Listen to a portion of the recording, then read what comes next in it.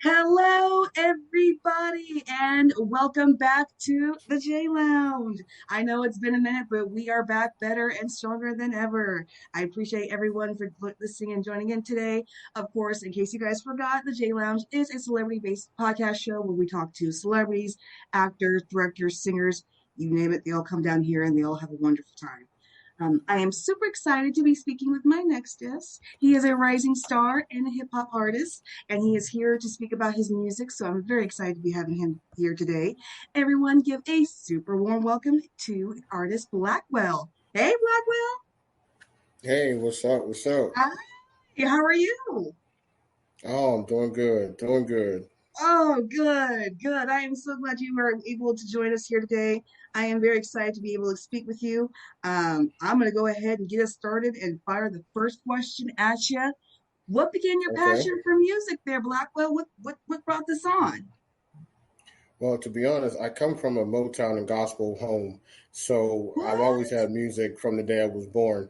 Hip hop was one of those things that I just accidentally fell into. I actually got a hold of a Sugar Hill Gang Rappers Delight, and I actually heard it.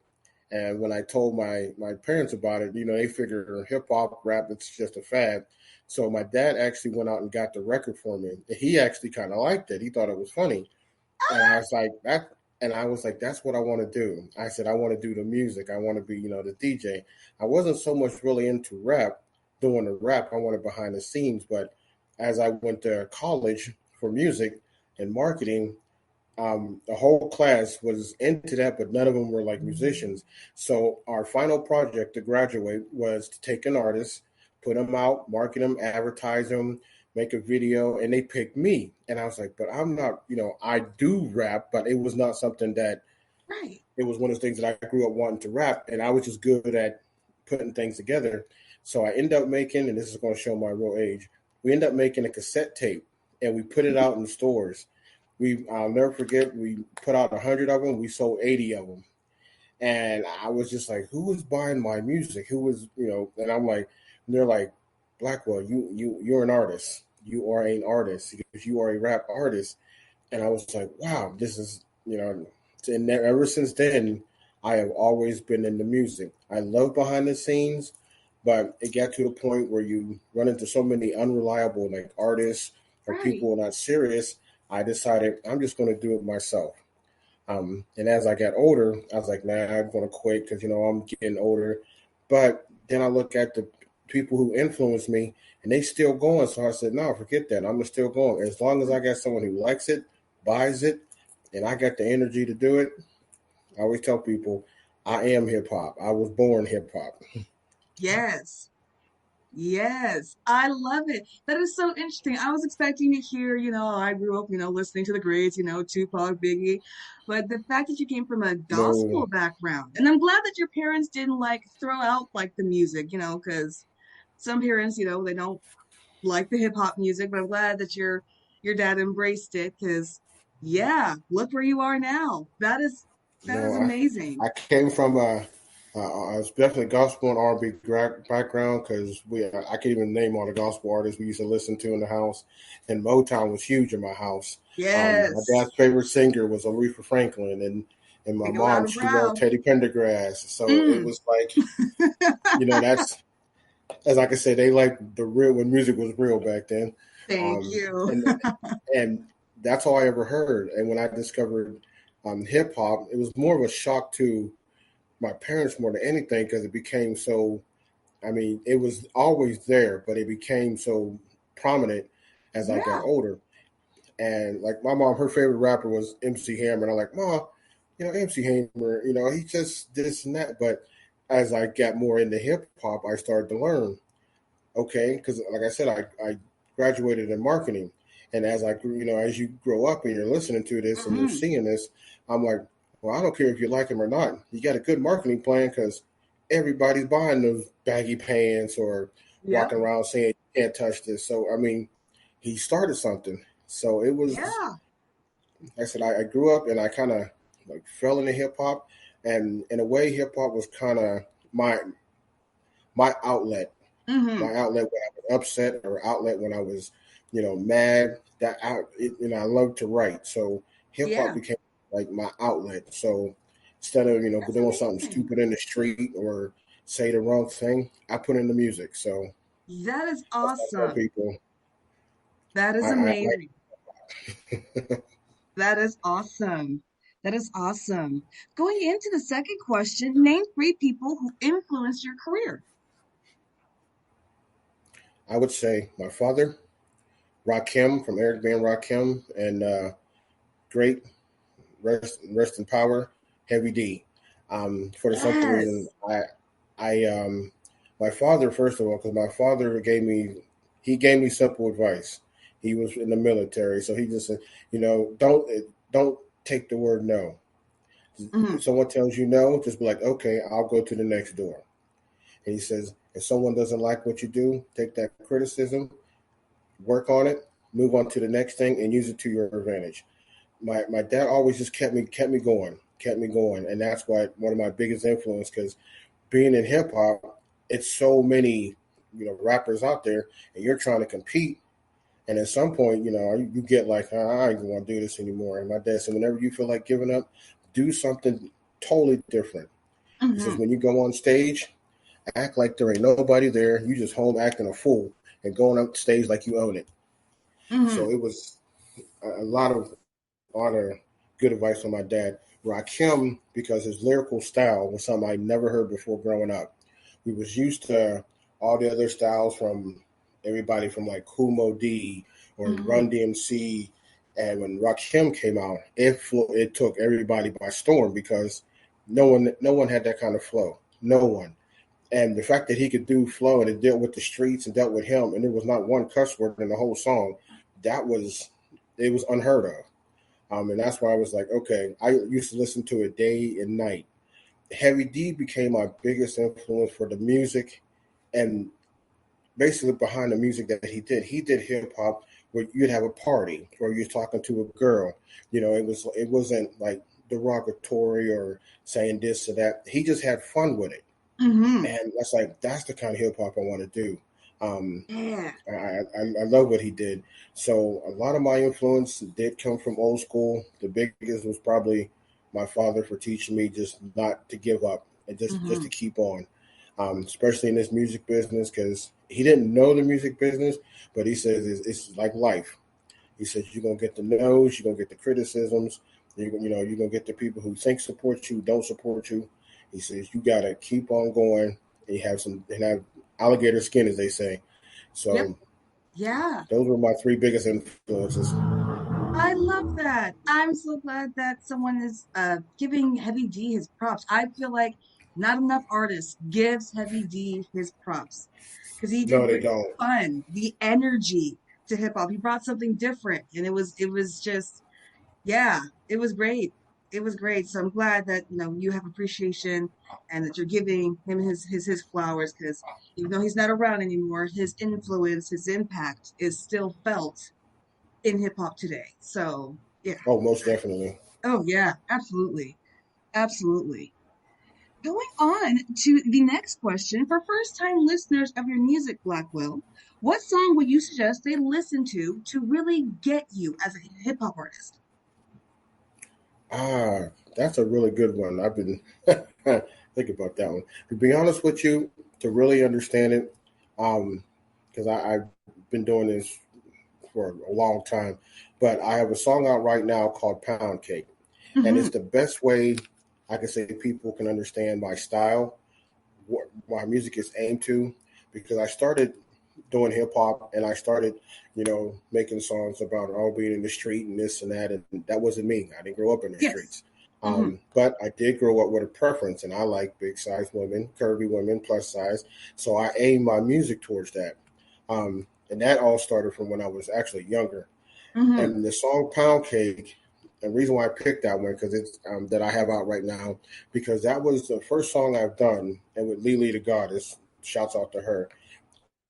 I did that song, and it was like I was so pumped about doing it, and the wordplay that I could use in it, and the positive feedback I got with it, it was unbelievable. That's the kind of hip hop I like to do. That's the kind of Hmm. the people hear it, even if they say, well, the lyrics for this or a hook was this, but the music is unbelievable. there's something Yes. about that song everybody likes. So that would be the song that I tell people listen to that. I tell people who send me beats, you want to know what kind of beats to send me? Listen to my song Pound Cake. I say, yeah, Ooh. it's up tempo, it's dance, it's it's positive. I said that's what I like to do. Because like I say, when I Yeah. get into a stage, or if you when I'm on the stage or performing, I like to get the people going. Yeah. Exactly. Kind of like, when you heard, Flow Riders Low for the first time. It wasn't, Oh yes, derogatory, but it was a type of music that got you moving. Okay. I mean, it's exactly, that type of fun exactly. song that you described with Pound Cake. It's that type of fun song. You're like, okay, once this song hits, everybody's moving to the dance floor. You know it. you know. Yeah, because So I've I had a lot love of people ask me, why'd you call a song Pound Cake? And the reasoning behind that is or I mean, this is like back in the day, saying that men would see, a real pretty thick girl, really curvy girl, yeah. like, hey, you got some pound cake. And they would be like, some of them would be, take it to heart and be like, yeah, I got that pound cake. And, that, I mean, this is from way back in my dad's generation where this slang came from. And I was actually heard it at a club one night, and I was like, and the guy had said that, and the girl turned around. She's like, "Oh, you mean all this pound cake?" And it just triggered me. I said, "What if I wrote a song about pound cake?" Ironically enough, that is my favorite dessert. But when I Obviously, that is my favorite dessert. yeah, that's why the album cover looks like the way it does. Um, Ah, that's but brilliant. You should have a little side note with that. That is my favorite dessert. Because you're right, it it was is just good one of those now. things. Yeah, and I was like, that'd be a funny song to write about. And so I said, so I did it. And I remember when Lily, she heard it, and she goes, "What's this song called?" I said, "Pound Cake." She's like, "Okay, Blackwell, you got to explain this one." I said, "Well, look," I said, because it just was one of those things where I wanted something catchy. And nowadays, the hip hop that's out now, I probably like about 20% of it. I Um, agree. but there's nothing. You see, you got to make some, especially with me being, you know, from the old school. I say I got to make something that'll stand out. Where people will be like, even if they like it or they don't like it, they gonna know that name Pound Cake. So Exactly. I went with that, and so far we've had positive results. Love it. Love it. And that's exactly what I like to hear. Trying to make, yeah, pound cake the new low. Like how low was before. Exactly. You know what I'm talking about. Exactly. That's awesome. All right, going on to the next question. Blackwell, describe your sound. Now, I know you said you have a little bit of hip hop influence, but you said there's a little bit more of a upbeat tempo to it. Describe your sound. How would you describe? Um, I'm gonna describe my sound as upbeat R&B and hip hop, or no, I should say upbeat hip hop and R&B, because I grew up on a lot of R&B, and I love Yes. like the mid tempo or upbeat R&B. People like John Beede, Donnell Ooh. Jones, Silk. Mm-hmm. With them songs that were like, get people to the dance floor. And then when you mix hip hop with it, like Heavy D would do, all his songs had. I mean, there was music, there was R&B mixed in it. So I always Huh. describe what I do as more of hip hop and R&B upbeat dance. Um, because Love like I it. said, I want to have that kind of music with the time, with things going on nowadays. Mm-hmm. Everybody needs something just to get away from it all. So I like to make Yes. that kind of music that gets you on the floor and dance and just forget about everything else. I am 100% for it. Yes. We definitely need more dance. It's about to be summer. We definitely need more upbeat, Yes, positive, that early 2000 summer song. Like, think of Will Smith's Summertime. How that's a yes, perfect he's summer another one. song. We need to have the perfect summer song for now. So, and Blackwell's working on it. So thank God. Thank God. All right, going on to the next question. Blackwell, I want to make sure my audience is able to follow you, your work. Where are you on social media if you are? Where are you on the music platforms as well? You can find me on SoundCloud.com. It's official Blackwell. TikTok, and Instagram is official Blackwell. You can also catch me on Spotify. You can go on YouTube at official underscore Blackwell, and all those different sites, and it will definitely pull you up. Or you pull up one, there's all links to all the other ones. Mm-hmm. Oh, perfect. And of course, I highly encourage my audience, make sure you follow Blackwell on all those and stream his music because we want to hear more of his music. And yeah, we definitely need him to make the song of the summer. So make sure you support and stream. Going on to the next question. What future projects are you currently involved with that you can give a little dish about to the J Lounge audience? Well, next month in June, me and Lily are releasing a new song. It's called "Dat Bounce." We kind Ooh, of call it our sequel to Pound Cake, so that should be that. Hopefully, that's going to be popping. And we also have an upcoming show in June, and I'm also actually in a movie on July 1st. It's going to be on what? National Geographic TV. It's called Mother's Natures and the Doomsday Preppers. I was only had a I was only an extra, but then it turned into me being a cameo in it. So I can't wait for that one. Um, Awesome. and and as of today, I just found out that my song Pound Cake, which has gone into rotation with Bushrod Radio, internet radio. So shout out to them. I just found out today. And I also got Joe, if y'all remember the R&B singer Joe. Yeah. I took one of his unreleased songs and I put a little my own little remix to it and send it to him and see how he likes it. He approved it, so we're going to drop that in June. He's Yeah. he's going to redo some things and we're going to drop that too. So Look at it's you, going to be a good Blackwell. summer.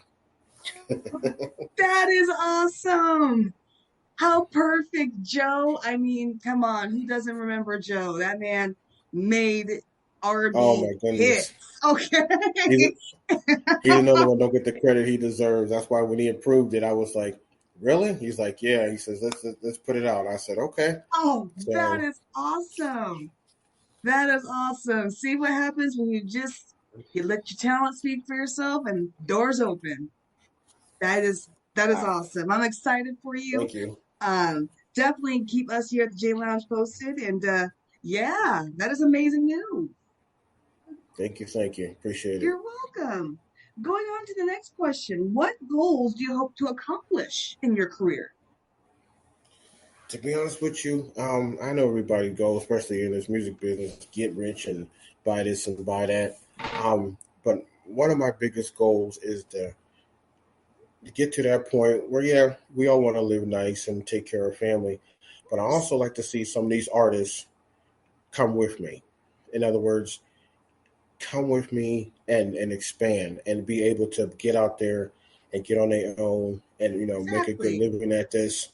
Um, I'm more of a person that I like to bring other artists in that are good, that are struggling, and if I can help them get to that peak, as they say, the mountain peak. Hmm. If I'm already at that mountain peak, I want to pull them up there with me. So I want to get some of these artists um, out there with me, um, which is like one of my goals. I know Yeah, in some rappers they can tell you they're I want a big house and I want to do this for family, which is fine. That's that's that I don't knock that. But the first goal is always you got to take care of yourself before you can do anything for anybody or for anybody can do something for you. You got to take care of yourself. But along that way, is don't forget the ones that were there with you on the bottom or when you was trying to get there.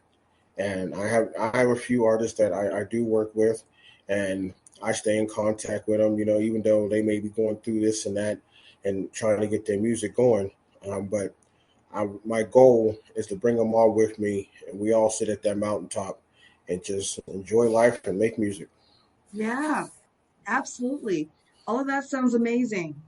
All of that sounds amazing. And that is great. Expanding the table. Once you make it, just expand the table so someone else can do the same thing, so we all can Exactly. so we all can make it. I love that.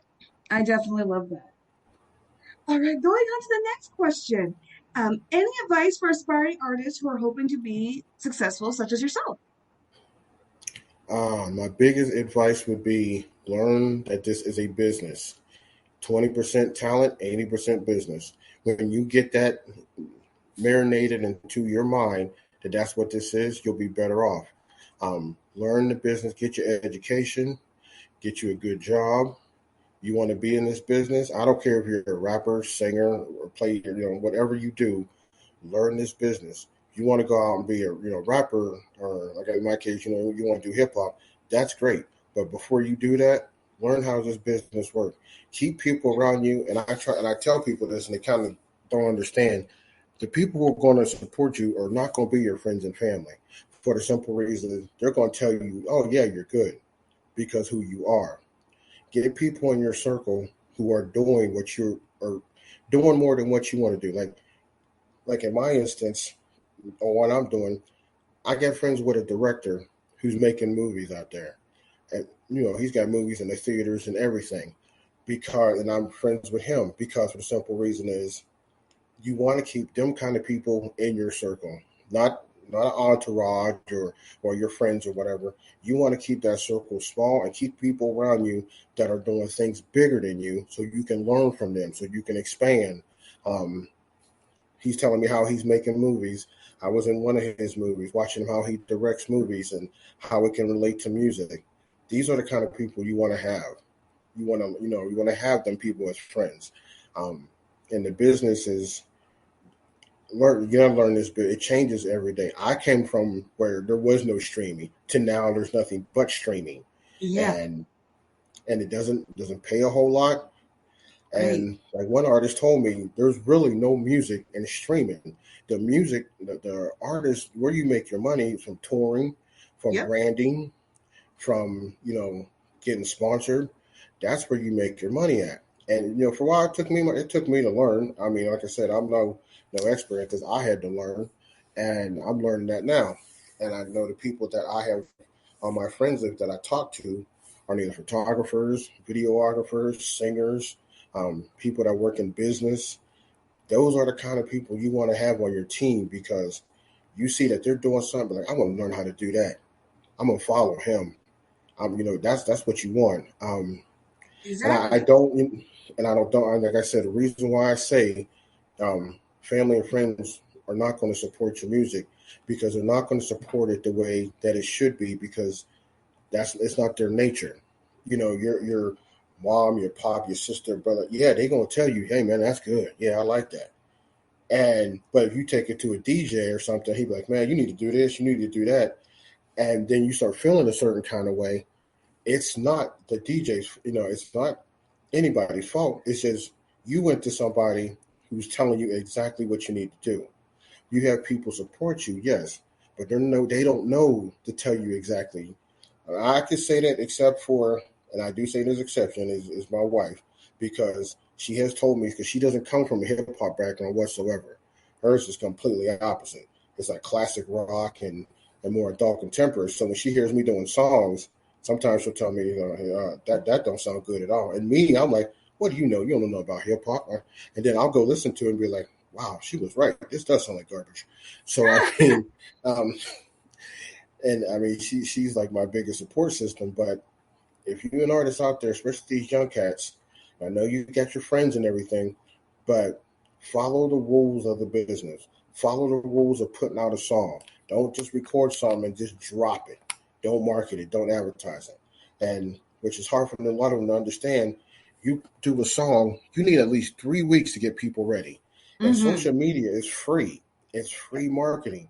You can market that thing for 3 weeks and people wait till people get a vibe on it. Then that fourth week, you will get people. Well, where can I get it? Where can I download it? Boom, you got them. Put it out on that fourth week. They've heard it for 3 weeks in a row. You already do social media. You have Exactly. to learn how to market to get these people. Um, and I tell people I do a lot of open mics, and they're like, "Oh, well, I've done big shows, but Mm-hmm. the open mics I like doing because it's more close up and personal. And if somebody's not feeling your song, or if they are feeling your song, it's right there in your face. And Right. so it's like, okay, No, you're speaking now the I know what truth. now I know what to correct. Now I know what to Mm-hmm. do, what not to do. Um, I had a habit of doing. I used to do songs, and like towards the end of the song, I give out little gifts to the crowd, like roses to the women with like my picture on it, like my business card, stuff like that. Right. And they would eat it up. But there's a little drawback to it. And since sometimes you do that, and they say you only do it for like 10 different women, then you got a whole crowd. Well, he ain't give me anything. I ain't gonna listen to his stuff anymore. So you can, Right. it's Yeah. it's kind of one of those, you kind of judge what you can do. So, Yeah. but I mean, it's the best thing. Like I said, learn this business, and everything is free. You got Yep. Instagram, TikTok, YouTube. God, YouTube got so many different things. Um, learn Yeah. all this, but learn marketing. I grew up marketing, and that's why I tell you, learn how to market. It's not a thing where you Hmm. can record something and go drop it. If you want it, unless you just doing it as a hobby. But if you wanted to take off, you gotta plan that. That's like Hmm. the song me and the new song me and Lily were doing. We've been in the midst of playing this for 2 months, and people's like, "Oh, when you gonna drop it?" But, oh, it'll drop. But the thing Yeah. of it is, you got to create a buzz about it. Pancake or Pound Cake was one of those songs where I kind of planned it, but I kind of didn't, Right. because I heard people's I played it for some people, and I was like, man, you got to drop that, you got to drop that, and I fell into that trap where it's like, oh, okay, I'm gonna drop it. And that's like, wait, I don't have a video, I don't have an Hmm. audio video, I need a lyric video, so I kind of held back, and I started dropping things really slowly, and it started to take off, Yeah. and then I said, okay. But that's the thing I like to tell these young cats. It's all marketing and all Yeah. business.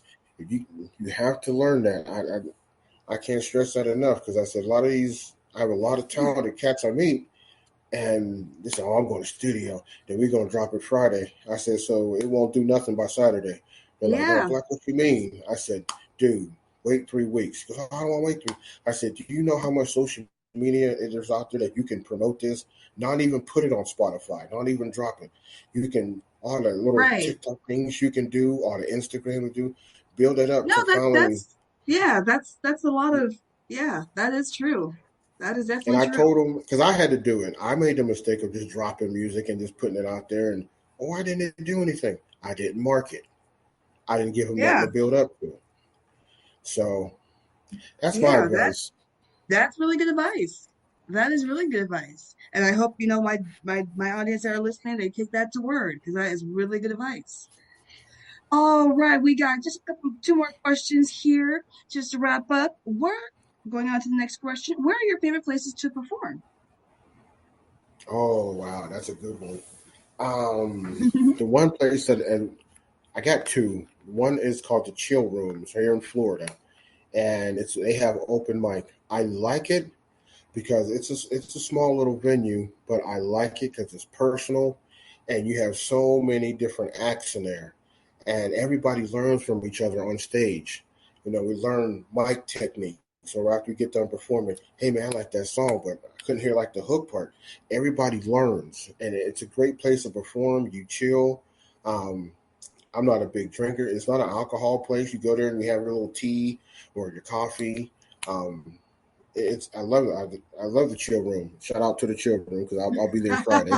Um, my next favorite place to perform, I don't even know if it's around anymore. It was called Mr. Small's Theater. It was in Millville, Pennsylvania, and the reason why I like performing there, that was my first sold out show I ever did. I opened up for Bone Thugs and Harmony, and it was Oh, the wow. very first time. It was the most that memorable show I ever had. It was scary because it was sold out, and I can't remember how many thousands of people they were there, but the sound man when I was performing, the sound cut off. He did something, and I had to go a cappella for like 1 2 minutes. That don't sound like much, but trust me, when you're on stage and you get thrown a curve like that. So I did a cappella, and I got the crowd into it.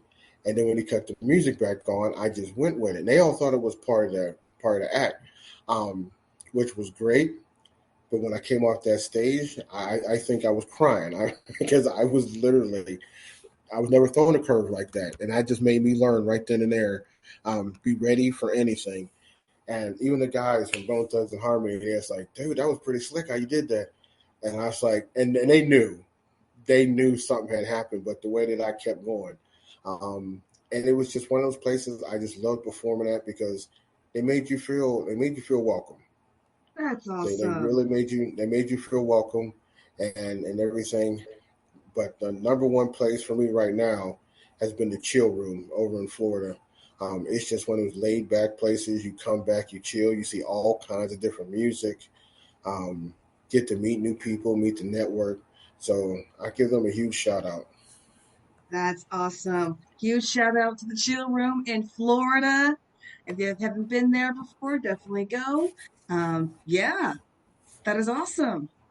All right, we just got a couple more minutes, about 5 more minutes to go there, Blackwell. I'm going to ask you one more quick question. What are some of your passions outside of music? Believe it or not, my passion outside of music um, has been almost it's film. It's for some reason I don't know how I got into it, but from being in the extras in a couple of different movies, I've done some commercials, and I've seemed to get more and more movie and commercial roles. I've actually started getting into being in film and making film, making commercials or making short story films. Um, it's just something that I want to learn about. I'm slowly learning it. That's a friend of mine that's a director. His name is Cameron. I shout out to him because I was in a Hallmark movie, which is actually on Hallmark TV now. Um, and I got to see behind the scenes how everything works, and it just intrigued me. I'm like, I want to do that. I want to, shoot movies, um, maybe direct, do a little commercials, because people don't. I don't think people understand how much time goes into these movies or commercials, and it's not what you think. Yeah. But my passion is definitely into getting into movies and film and commercials and things stuff like that. Not so much shooting music videos. Um, I've done that before. But films are a little different because you get to learn a lot of different aspects. I'm in a movie that's out now. It's called Hats Off to Love. Thank you. Shout out to Hallmark because you can watch Yeah. it on Hallmark right now. Um, I got to meet Holly Robinson Pete. Really, really nice lady. Really nice from Hanging Mr. Cooper. It was great to meet her. And we did a scene, and it's just amazing. We did a scene, it had to be for 8 hours. We did the same scene. Now, you watch the movie, it's in there for maybe like 30 seconds. And I'm like, that's it. But I realized the different takes that they took, and I see why they picked that one. So I was like, it's a learning process, and it's just something that I've just got into. Yeah. That is awesome. That is so interesting that in movies, hopefully, it'd be cool if we see Blackwell in a leading role, comedy wise, maybe dramedy wise. Either way, that would be kind of I always cool. joke with my wife. I tell her, I said, if I get a role in a Marvel movie, you ain't gonna work again.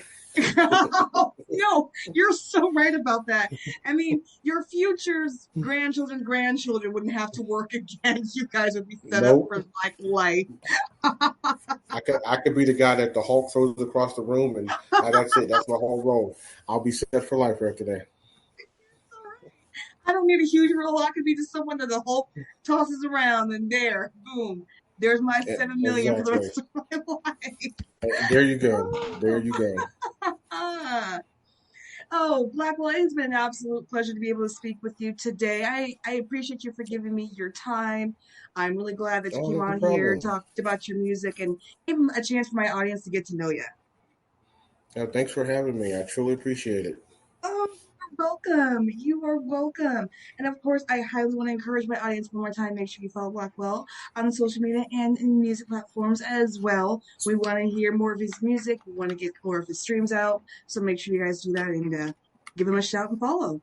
Um, of course, you guys know I have been your hostess with the mostest, aka Miss Simone Jackson, bringing you guys another great episode of the J Lounge. Of course, you guys know I will be back to bring you guys another wonderful episode.